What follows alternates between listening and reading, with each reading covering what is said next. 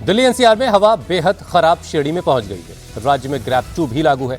कई चीजों पर पाबंदी है, लेकिन साफ हवा दिल्ली वालों को नसीब नहीं हो पा रही है। दिल्ली एनसीआर में आज भी AQI 300 के पार है।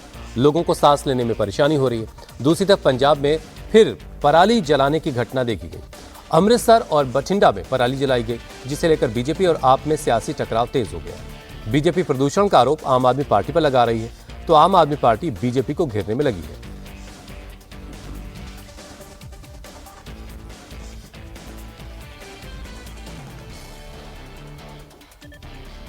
दिल्ली में आज भी प्रदूषण को लेकर के हालात बहुत खराब श्रेणी में बने हुए हैं। AQI 300 के पार है और ग्रैप 2 की पाबंदियां लागू होने के बावजूद दिल्ली में हालात इतने खराब हैं। बहुत सारे लोगों को सांस लेने में तकलीफ हो रही है। जो लोग एस्थमेटिक हैं उनके लिए बहुत ज़्यादा मुश्किल है। लेकिन ऐसे हालात को लेकर के अब बीजेपी और आम आदमी पार्टी एक दूसरे पर हमलावर है।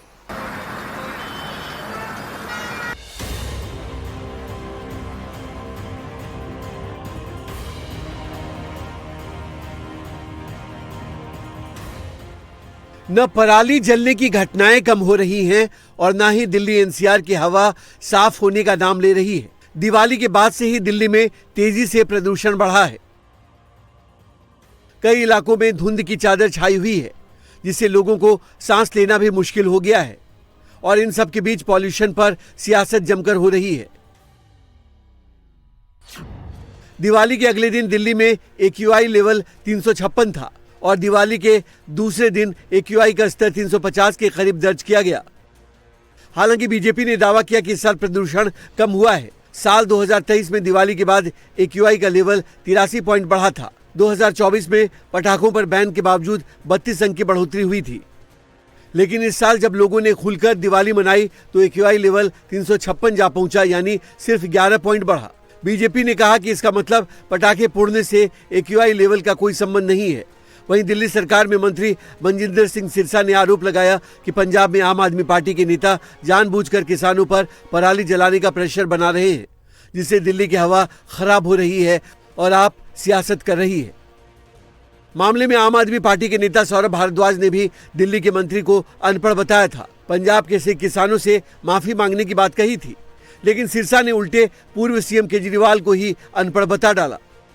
अनपढ़ तो केजरीवाल ही है। मेरे को तो अनपढ़ का केजरीवाल ही पता है। वही बताता था, वीडियोस की निकाल के देखिए, वही बताते थे। उन्होंने पूरा डेटा भी बताते थे। हमें तो इतना पता भी नहीं है, हम तो उनकी वीडियो देख के देखते हैं। वही बताते थे कि ऐसे पंजाब से पराली जलती है, फिर उसका इतने घंटे में स्पीड होती है, फिर 6 किलोमीटर की स्पीड से चलती है, 15 घंटों में तो पूरा स्क्रीन लगा के बताते थे केजरीवाल जी।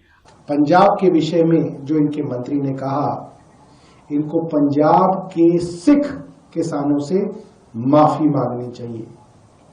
ये सोचना भी कि किसान, खास तौर पे पंजाब के सिख किसान, हिंदुओं के त्योहार को बदनाम करने के लिए खास तौर पे दिवाली के दिन पराली जला रहे थे, ये तो शर्मनाक सोच है। और इसके लिए इनको पंजाब के सिखों से माफी मांगनी चाहिए।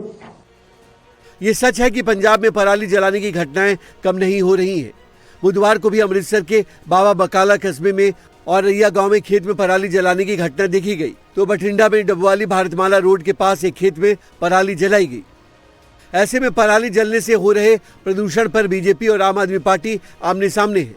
कोई किसी को अनपढ़ बताने में लगा है तो कोई दिल्ली की हवा साफ बताने में।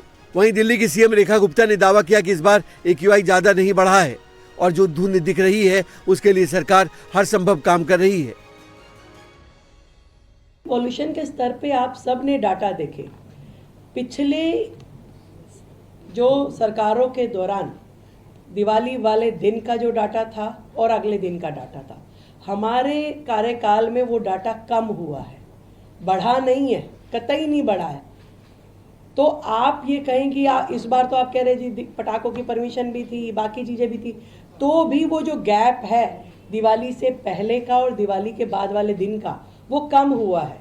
तो पॉल्यूशन उस दृष्टि से पहले से कम है और सरकार अपने जितने भी काम है वो सब कर रही है और करती रहेगी। पार्टियों के अपने अपने दावे हैं, लेकिन ये सच है कि दिल्ली और आसपास के इलाकों में प्रदूषण की धुंध छाई हुई है। एयर क्वालिटी अभी जहरीली बनी हुई है और इसलिए राजधानी में ग्रैप 2 लागू है।